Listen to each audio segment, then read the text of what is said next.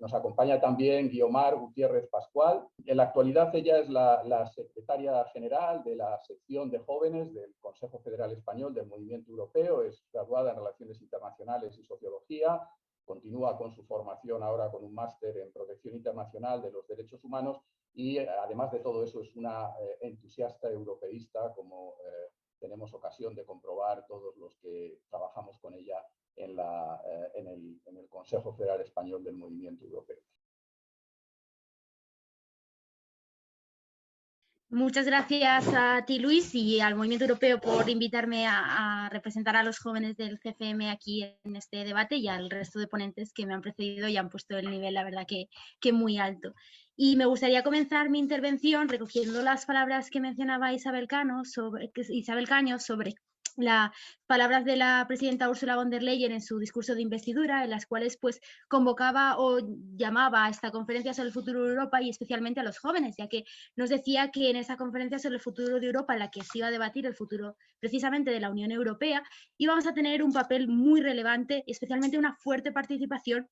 de los jóvenes junto con la sociedad civil y el resto de las instituciones. Y si bien es cierto que los jóvenes tenemos y somos el motor del futuro de la Unión Europea,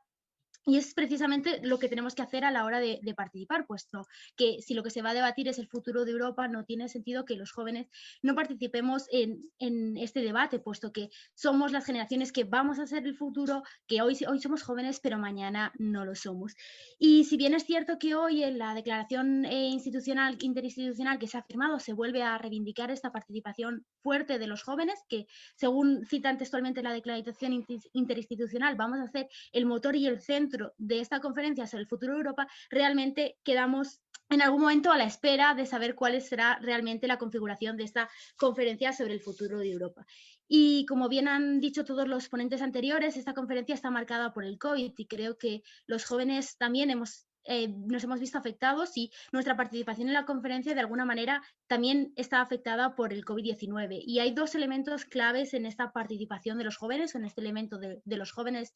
de europeos en general, y es que por un lado los jóvenes, aunque si bien es cierto no hemos padecido igualmente la crisis sanitaria, sí hemos padecido gravemente una crisis económica, y es que muchos trabajamos en empleos a tiempo parcial, en empleos de verano, que todos esos empleos se han visto desaparecidos y el desempleo juvenil se ha incrementado hasta cifras insospechadas en la Unión Europea, especialmente en España, donde casi alcanzan el 50%. Y eso es algo que la Unión Europea ha tenido en consideración a la hora de llevar a cabo su plan de recuperación, y es precisamente el hecho de que haya llamado al fondo, el Fondo de Nuevas Generaciones. Y es precisamente porque somos los jóvenes los que vamos a disfrutar de este fondo de nuevas generaciones a lo largo de los años que vienen, de los préstamos, de las subvenciones, de las ayudas del programa SURE, que son muy importantes para reincentivar este empleo juvenil.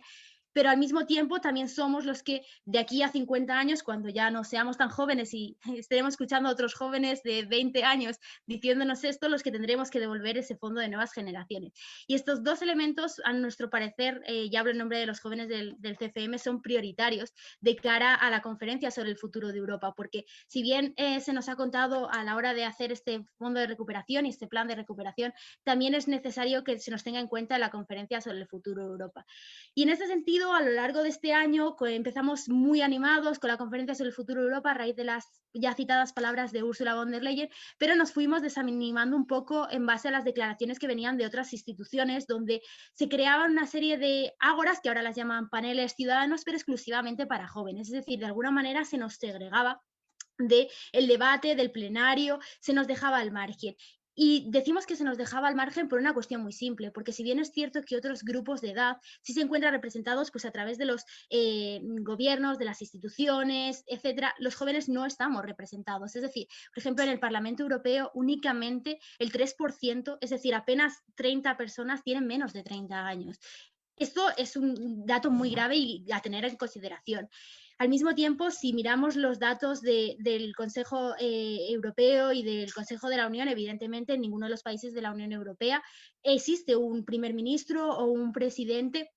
que tenga menos de 30 años, con lo cual tampoco estamos representados en estas dos instituciones. Y tampoco, bueno, únicamente lo estamos en la Comisión Europea con el comisario lituano, que este año cumple 31 años, entonces tampoco está ahí en ese limbo que siempre luchamos porque en la Unión Europea a partir de los 35 es cuando se deja de ser joven supuestamente, pero bueno, está en ese limbo, pero es la primera vez que hay un comisario de menos de 30 años y sería la única representación realmente junto a los apenas 30 europarlamentarios que tendríamos los jóvenes. Y esa voz, en comparación con todas las demás, es muy escasa. Por ello, reivindicamos y venimos reivindicando, y todavía queda margen porque la declaración no nos deja fuera, la que se ha aprobado hoy, que los jóvenes participemos en este plenario, porque al final tenemos que tener esta voz. Y pensando por qué, o los motivos y las declaraciones, analizando bien todos esos documentos que venían de las instituciones europeas, de los europarlamentarios, etcétera, nos dimos cuenta de que en cierta manera se nos achacaba a los jóvenes una serie de temas juveniles. Y la pregunta que yo me hago a nivel personal, y creo que muchos jóvenes nos hacemos, es ¿qué son los temas juveniles? ¿Cuáles son los temas juveniles? Porque muchas veces se nos dice que el Pacto Verde es un tema juvenil. Pero realmente, y si bien es cierto que los jóvenes hemos reivindicado esta lucha contra el cambio climático, los Fridays for Future, a la hora de tomar decisiones, no son decisiones que nosotros podamos tomar, podemos empujarlas, pero no son, al final son empresas las que tienen que decidir, son gobiernos,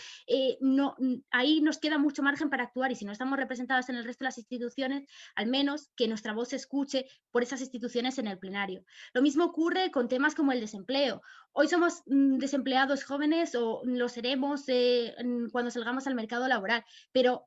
el día de mañana ya no seremos desempleados jóvenes. ¿Por qué el desempleo tiene que ser un tema juvenil cuando tienes menos de 30 años, pero no cuando tienes más? Pasa lo mismo con la agenda digital. Sí que es cierto que somos los que más usamos la digitalización y las redes sociales, etcétera, pero a la hora de estar, estamos igual de desprotegidos que el resto de usuarios. Tiene que haber una legislación que proteja, una protección de datos, saber a dónde van nuestros datos, y ahí los jóvenes en cierta manera podemos aportar ideas, pero si no se nos escucha porque estamos en una hora separada únicamente de jóvenes, no se nos va a escuchar. Creemos que los jóvenes tenemos capacidad